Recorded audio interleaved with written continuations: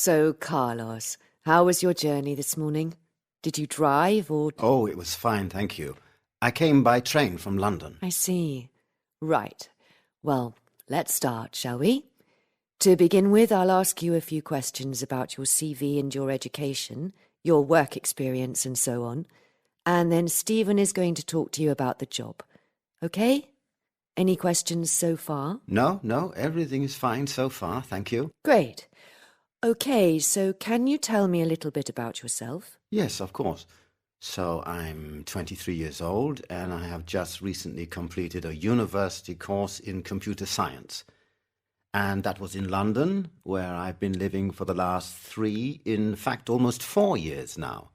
Before coming to England, I was at school in Spain. Ah, yes, that's right. I see from your CV that you went to high school in Madrid. Yes, although I was actually born in San Francisco. But when I was 14, I moved to Spain to live with my grandparents, who are from Madrid. Ah, so you were a Spanish speaker then? Yes, and as well as English and Spanish, I also speak German. That's because of my father. He's an engineer from Düsseldorf. I see. That's very impressive. As you may already know, this company has offices in several different European countries. So we're keen to find people who can speak at least one other language as well as English. Well, that's good. I'd like the chance to use my languages. Okay. Now, in your opinion, why should this organisation choose you for this job? That's a very good question. Well, first of all, I'm a people person. I'm very friendly, and so I have a real ability to work in a team. Specialist knowledge is important, but you also need to be able to explain ideas simply and clearly. And that's something that I think I've learned in the job I do now. And I think it's been a good experience for this job. And why's that, may I ask? We don't really meet any customers in this job. True, but I soon learned that the best way to sell a phone wasn't to talk about all the technical things. It was to show people the apps. I discovered that I could sell more phones if I used clear and simple language to explain how to use them. So for almost 3 years now, I've been staying up to date on all the most popular apps and selling more phones than anyone else. Very interesting. Okay, now, Stephen. You've got good grades and you've been to lots of interviews, but no one's offered you a job yet. Why? Is it because your knowledge and practical skills aren't right for the job? Well, according to one careers expert, Nancy Maynard, it's probably because you just haven't got the likeability factor. Likeability is the ability to work well with people. It isn't something you can learn easily at school, but employers want it, and they're quick to see it in candidates at interview. Without likeability, Maynard believes, good grades and practical skills are worth very little. In the first 18 months in a job, most of an employee's success is linked to their likeability, not to how well he or she does the job. Likeability is much more important than other abilities, and anyone who's looking for a job should be trying their hardest to improve their own by spending time with other people. Advice for job hunters goes like this. Apply for the jobs that you want, even if you haven't got the right qualifications. If you get an interview, then impress the interviewers with your soft skills. Soft skills are your personal skills, your friendly personality, your positive attitude to work, your ability to communicate with people, and your problem-solving skills. It's simple. Or is it? Is likeability really more important than knowledge and experience? We took to the streets and asked some people for their opinions. 1. People don't realise how important likeability is because employers don't like to talk about it, so they usually give other reasons for not offering someone a job. But let's be honest, if you're paying someone to do a job, you want them to work well with the people around them. 2. Yes, soft skills and likeability are much more important than specific job skills, like being able to use a computer, for the employer and for yourself too. There's no such thing as a job for life anymore. Develop your soft skills. Be good at working with other people, and you'll always be able to get work. 3. I've been a doctor since I graduated from medical school. I've worked at this hospital for 18 years. My practical skills and my knowledge are all that matters. Without those, I couldn't do my job. I listen to my patients, but I certainly don't believe that I need to be charming and sociable all the time. I've never believed that. 4. I'm afraid it's true and it makes me angry. I'm 23 and I haven't worked since I left college. The only way to develop soft skills is to work with people, but the only way to get work is to have soft skills. It's a no-win situation. 5. When people talk like this, it makes education and hard work sound second best. And that's simply not true. Yes, you need to be able to make a good first impression, but come on. What really matters is that you can offer practical skills and experience to an organisation, not just a friendly face. Hi, Tanya. How are things? Hi, Lynn. Things are okay.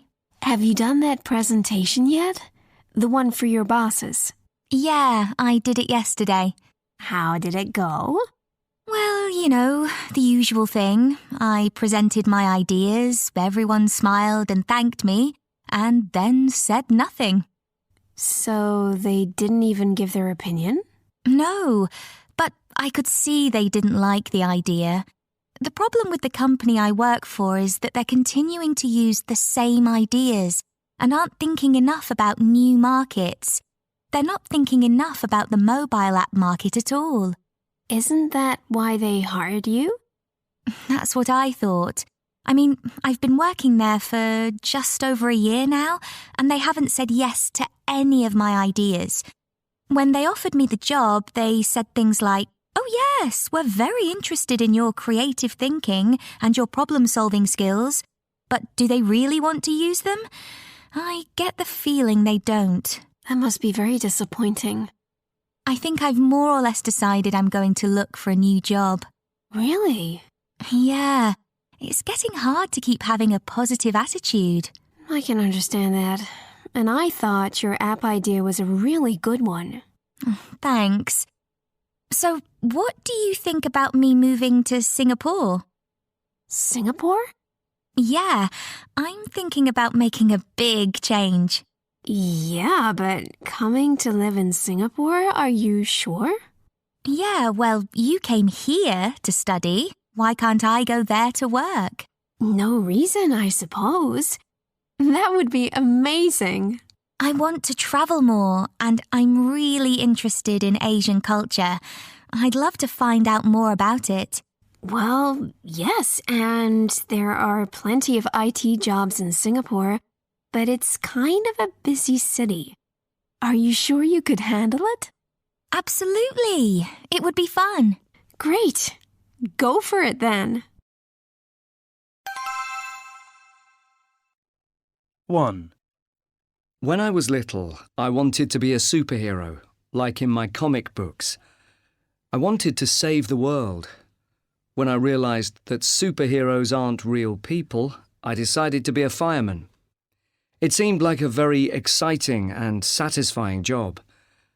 Now, of course, I realise that it's dangerous, dirty, and extremely demanding. So I'm glad I decided to work in an office. I'm not really very brave. 2. When I was a child, my ambition was to drive a train. My uncle was a train driver, and I wanted to be just like him. I liked the idea of being in charge of the train and being responsible for all the passengers. My brother thought it was boring. I'm actually an accountant. I suppose that's also a routine, secure job, and my brother thinks that's boring too. 3. I was really into sports when I was a kid, especially football. My bedroom walls were covered in posters of my favourite footballers. I wanted to be just like them, the best footballer in the world. Footballers were glamorous, well paid and famous. And now I'm training to be a nurse, which is badly paid and stressful. But in the end, I think nursing will be more rewarding. I hope so.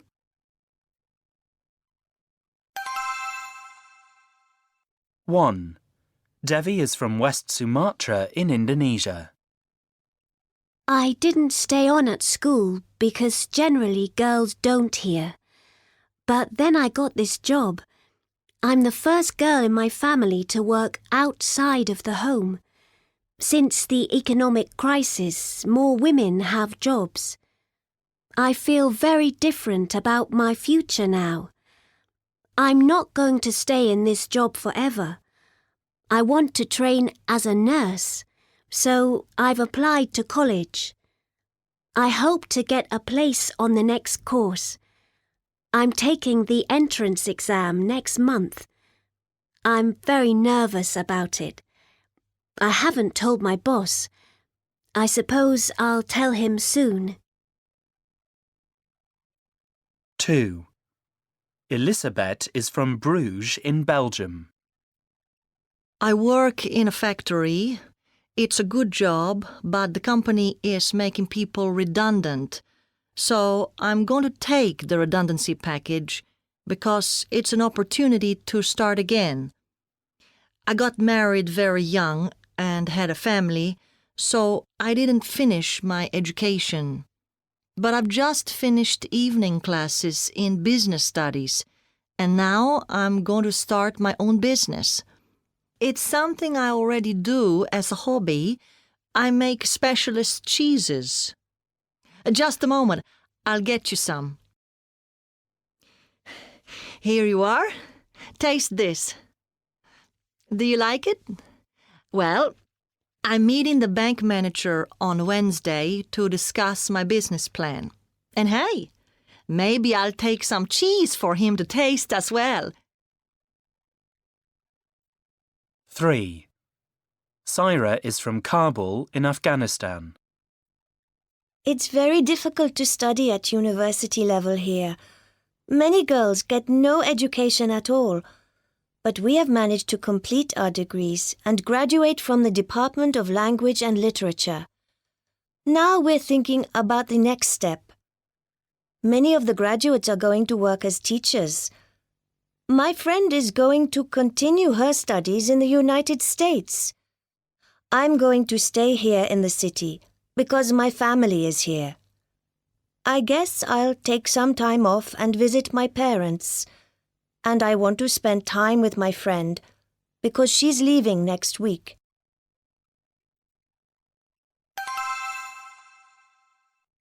This looks interesting.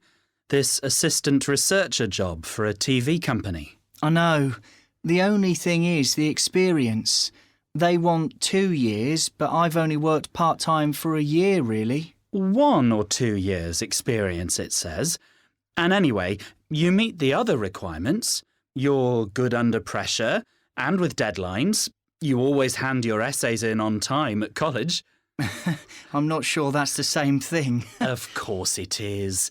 And you're really well organised, hard-working, highly motivated. OK. If that's what you think. Is it all right if I give you as my referee? I'm not sure about that. I don't think you can just put down your friends' names. I know. Shame. But seriously, do you mind helping me with my CV? I need to make it look a bit more professional. Of course not. Are you going to apply for this job then? Yeah, I think I will. But I'll need my CV anyway, whichever job I apply for. OK. Print it out and I'll have a look at it. Will you be able to do it today? Yes, I will. But what's the hurry? The closing date for applications is in a couple of days. Oh, can you have a look at my covering letter too? Have you already written it? No, but I'll do it this afternoon and then I can send everything off tonight. Hey, they might ask me to go for an interview this week. Yeah, they might. Oh, but I haven't got any smart clothes. Would it be okay to borrow your suit? Sure, no problem.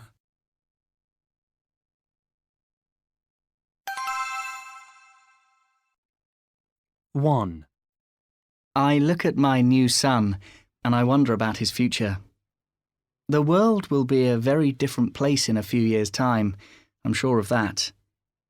I want his life to be better than mine, but I worry that it might not be.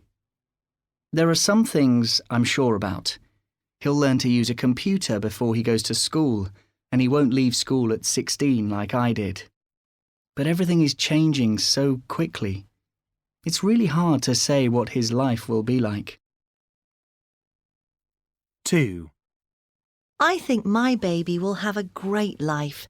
Robots and computers will take care of all the routine, boring things like shopping, housework and stuff. So she'll have lots of time to enjoy herself. She'll probably drive an electric car and live in a house that recycles everything. She might work from home, but she definitely won't work full-time like I do. It'll be great. 3. My baby will definitely live longer than me. She'll probably live to be 100. That's what they say about babies born today. Will she be healthy? I think so. There are so many advances in medicine these days. I think they'll certainly find cures for many of the health problems we face today. So she might get ill at some point in her life, but they'll be able to cure her. 4. When I think about my children's future, the thing that worries me most is the situation with the environment. Things like climate change and the oil running out really concern me. This could affect their world in ways we haven't imagined. It seems that my kids will probably speak Chinese. At least, that's what people keep telling me. They may not learn it at school, but they'll need it for work and business, I reckon. So, that could be a challenge.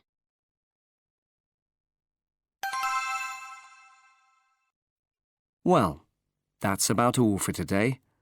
But in our next programme, to celebrate the fact that it's 21 years since the birth of the World Wide Web, we'll meet some of the Internet generation.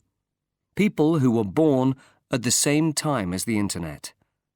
We'll find out what it means to be 21 today, and if it's so different from past generations. What's life like for this generation, and how do they view what's ahead? Here's a little taste of next week's programme. I don't believe in making plans. Plans are for old people. I like to be spontaneous. So, marriage, a family, a home of your own? Yeah, when I'm older. Say 30-something. First, I'm going to enjoy myself. You don't want to settle down then, but you have a good job. Oh yeah, work is fine, and I'll probably be promoted soon. I work hard, earn a good salary, and I like to spend it. So, Carey, what are you planning now that you've graduated? Well, in July we have my graduation ceremony, my 21st birthday, and my parents' 25th wedding anniversary in the same week. So that's going to be amazing. We're all really looking forward to that. Then, after that, my main aim is to get a full-time job, because at the moment I'm still in the part-time job I've had since I was at school. Is that a worry? A worry? No. Something will come along for sure. I'll try anything. I believe you have to go through life with an open mind, or you might miss an opportunity. That was the voice of Carey, who in fact was in a car accident at 16 and has been in a wheelchair ever since. And before that you heard Anton, a young man who has also had some challenges in his life.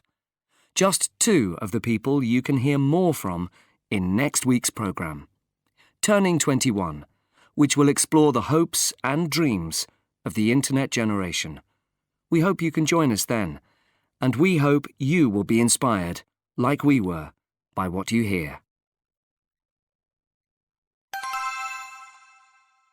1. We're a big family, and it's quite a small house. I share a bedroom with my 2 older brothers. My grandparents live with us too. It's cramped and noisy, but at least there's always someone around. It's the only house I've ever known. I love living with my family. We all get on so well. I suppose I'll move out when I get married. I don't know when that'll be. 2. I had to move to London when I started work. I saw an advert in the paper for a room in a shared house. Well, it's a flat on the first floor of a big house, actually. My flatmates are away working quite a lot, so it's just like living on my own a lot of the time, really, especially during the week. Weekends are different. I have to say that living with friends is more difficult than I thought it would be. For one thing, nobody ever wants to do any housework. 3. I'm in my last year at college, and I'm really looking forward to finishing and going abroad or getting out of this town. I can't wait to get away from here and be independent. It's going to be brilliant.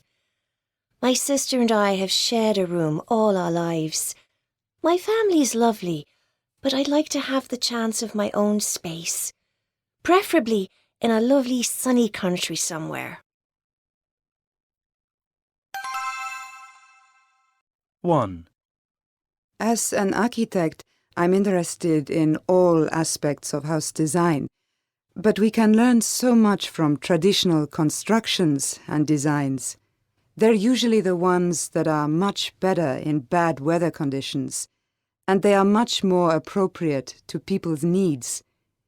If you live in a flood zone, it makes sense to build your house on stilts, doesn't it? 2.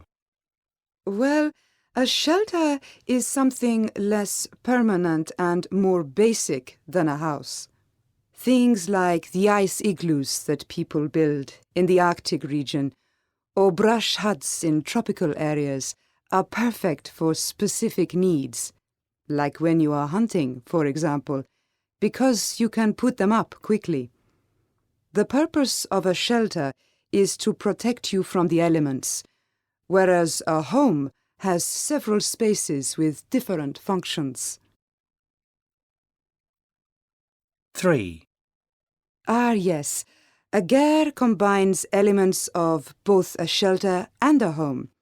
It has a fireplace and maybe a chimney, or at least a smoke hole, and separate areas for men and women.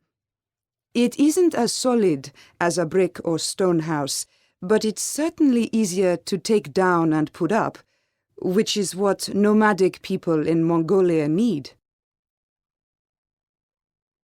4. Usually, the most important thing is the local climate. You know, if you live in Turkey, why build a house under the glare of the hot sun if you can adapt a cool cave? Cave houses are some of the oldest homes known, and they're a lot less basic than you might imagine. They're the best solution in really hot climates. Of course, the colder the climate, the warmer your house needs to be. Central heating, especially when combined with double glazing, heats buildings more efficiently than open fires. 5. Well, modern homes are fairly similar wherever they are in the world, which doesn't necessarily mean that they are the best design for every situation. And in our crowded cities, they're getting smaller and smaller. I think, even with a modern home, you should make sure the design is the most appropriate for your climate and your needs.